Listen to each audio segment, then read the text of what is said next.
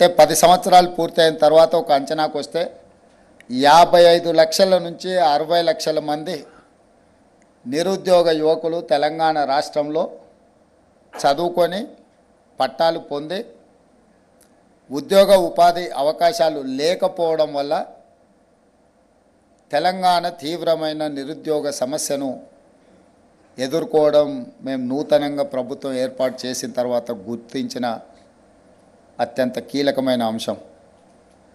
అందుకే డిసెంబర్ 7, 2023 నాడు ప్రభుత్వం ప్రమాణ స్వీకారం చేసిన 90 రోజుల్లోనే 30,000 ప్రభుత్వ ఉద్యోగాల భర్తీ నియామక కార్యక్రమాన్ని ఏ ఎల్బీ స్టేడియంలో మేము బాధ్యత తీసుకున్నామో అదే ఎల్బీ స్టేడియంలో ఉద్యోగ అవకాశాలు పొందిన విద్యార్థులనే కాకుండా వాళ్ళ కుటుంబ సభ్యులను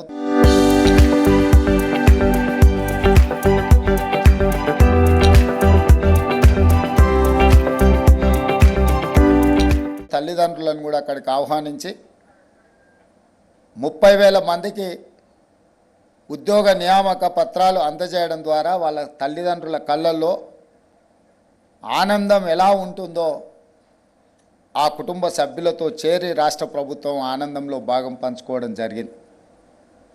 ఆ తర్వాత డిఎస్సి కావచ్చు, గ్రూప్ 1 కావచ్చు, గ్రూప్ 2 కావచ్చు, గ్రూప్ 3 కావచ్చు, ఇతర ప్రభుత్వ ఉద్యోగ ఖాళీల నియామకాల కోసం దాదాపుగా ఇంకొక 35,000 ఉద్యోగ ఖాళీల భర్తీకి ప్రభుత్వం నోటిఫికేషన్లు ఇచ్చి పోటీ పరీక్షలు నిర్వహించడానికి పూర్తి స్థాయిలో కార్యాచరణ తీసుకొని ముందుకు వెళ్ళడం జరిగింది. రాబోయే 2-3 నెలల్లో ఇంకొక 35,000 ప్రభుత్వ ఉద్యోగ నియామకాలు చేపట్టడానికి ప్రభుత్వం అన్ని రకాలుగా ఏర్పాట్లను చేయడం జరుగుతుంది. కానీ